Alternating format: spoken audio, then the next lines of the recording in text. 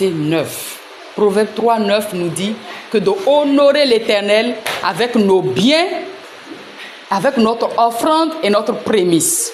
Puisque nous sommes en train de parler de la grâce, les prémices de la vie. Nous devons offrir ça à Dieu, nous devons honorer à Dieu. Jamais oublier que la vie, c'est la grâce. Quand tu réveilles, tu vois le soleil. Avant de mettre pied sur ton lit, il faut honorer le Seigneur avec cette prémisse de cette journée-là. Quand on parle de prémisse, beaucoup de personnes disent que oui, c'est le premier argent que tu as, le premier salaire que tu as, les premières choses, les premiers enfants que tu as, les premiers revenus que tu as. Et ça parle beaucoup de l'argent, ça parle beaucoup d'offrandes, ça parle beaucoup des biens que nous avons. C'est une bonne chose. Je ne suis pas contre ça. Mais pour moi, comprenant la grâce, l'importance de la miséricorde de Dieu de chaque jour que Dieu fait, les prémices, c'est la vie.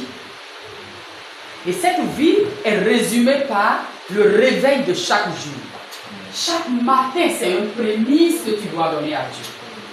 Vous lui dites merci pour cette offrande de la vie.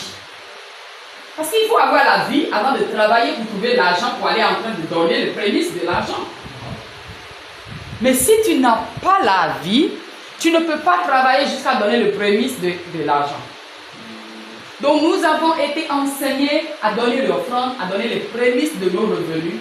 Mais parfois nous oublions que les prémices de notre revenu, c'est la vie. Prémisse de notre revenu, c'est la foi. Vous savez, il y a des gens qui perdent la foi. Il y a des gens, à un moment donné, ils déraisonnent. Ça mélange, tout le monde est choqué, surpris, étonné de voir combien de fois cet homme, cette femme a servi le Seigneur et à un moment donné là, il a commencé de tourner en rond, de dévier. Donc, les prémices de ma foi, malgré les défis, malgré les difficultés, je continue à croire, comme Job. Je continue à faire confiance à Dieu. Ça, c'est une action de grâce, de honorer le Seigneur pour dire merci Seigneur. Ça nous maintient dans l'humilité, de la compréhension de l'amour de Jésus et de la grâce, de ne pas se moquer de les personnes qui sont en train de tomber. C'est une grâce qui fait que tu as continué d'avoir la foi. C'est une grâce que tu continues toujours de penser que je vais me doucher pour aller venir à l'église chaque dimanche. C'est une grâce. Il y a des gens qui ont oublié ça, ça fait longtemps. Pas parce que tu es mieux que eux, mais c'est une grâce. Donc chaque jour que Dieu nous donne est une grâce. C'est un prémisse. Le dimanche matin est un prémisse de honorer Dieu pour dire Seigneur, je suis reconnaissant à Dieu de t'adorer, de venir dans ta maison pour t'adorer, pour la grâce que tu m'as faite de trouver encore ce jour et d'être conscient de te louer, de t'adorer. N'oublie pas, dans le livre de Deutéronome, la Bible va toujours dire, Dieu va toujours rappeler aux enfants d'Israël, n'oubliez pas là où je vous ai fait sortir. De les souvenir de chaque chose que Dieu a fait dans votre vie. Souvenez-vous que depuis que vous êtes nés dans vos familles, ou vos amis, ou les connaissances, il y a des gens qui sont morts. Il y a des gens qui sont couchés, des gens qui sont malades, des gens qui ont des problèmes. Donc tout ça t'encourage à donner les prémices de honorer Dieu, de louer Dieu chaque matin pour dire Seigneur, merci pour ma vie. Merci parce que tu n'as pas fini avec moi. Merci parce que tu soutiens ma foi.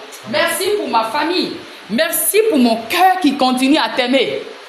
Il y a des gens, ils aiment Dieu, ils aimaient Dieu les années passées à 100%. Mais cette année, 2025, il a aimé Dieu à 100%. Mais 2026, son amour pour Dieu est à 50%. 2027. Je ne sais pas, ça sera à 30%. C'est ça. C'est une grâce de continuer. Toi, tu te connais. Tu sais combien de fois si ton amour pour Dieu, ça augmente.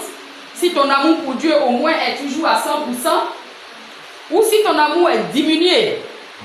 Mais si tu reconnais que ton amour est en train d'augmenter, ou que ton amour pour Dieu, tu n'as pas diminué, et que Dieu continue à te faire grâce, c'est une prémisse d'action de grâce. C'est une prémisse de reconnaissance. Dans Psaume 50, la Bible va dire que offre-moi ta reconnaissance. Mais beaucoup de fois, nous courons gauche-droite. Beaucoup de fois, on regarde les choses qu'on n'a pas. La prière, beaucoup plus des chrétiens, c'est demander, demander, demander, demander. Les mendicités que nous voyons les enfants dans la rue, en train de demander là, on dit que oui, c'est les enfants talibés, c'est les enfants mendiants, les enfants qui demandent. Mais parfois, les chrétiens sont plus mendiants que ces petits-là que vous voyez dans la rue. Parce que toute leur prière est en train de demander. Mais jamais s'arrêter une fois pour offrir une action de grâce, de prémisse à Dieu, pour dire merci pour les choses que tu as faites. Il y a des gens qui n'ont pas, qui ont des problèmes plus graves que toi, qui sont totalement découragés, ils sont comme ça. Mais toi, tu as toujours le courage, tu as toujours la force, tu as l'espérance. C'est une bénédiction. Tu as l'espoir. Vous savez, avoir l'espoir, c'est une richesse. Avoir le courage, c'est une richesse. Mais on nous a résumé la richesse en fonction de monnaie, de khalis, de l'argent. La santé, c'est une richesse pour donner une offrande d'action de grâce à Dieu. La vie, le salut, la foi, toutes ces choses, c'est une richesse. Le courage de supporter les problèmes. Le courage de pouvoir ne pas se lamenter, de ne pas se plaindre, de ne pas pleurnicher en face des défis, des difficultés de la vie, c'est une richesse. Il y a des gens, petits problèmes, il est devenu fou. Vous n'avez jamais entendu ça? Il est devenu dof. Juste un petit problème. On doit lui donner des médicaments pour que la tête ça revienne. Mais toi, tu as 1000 problèmes.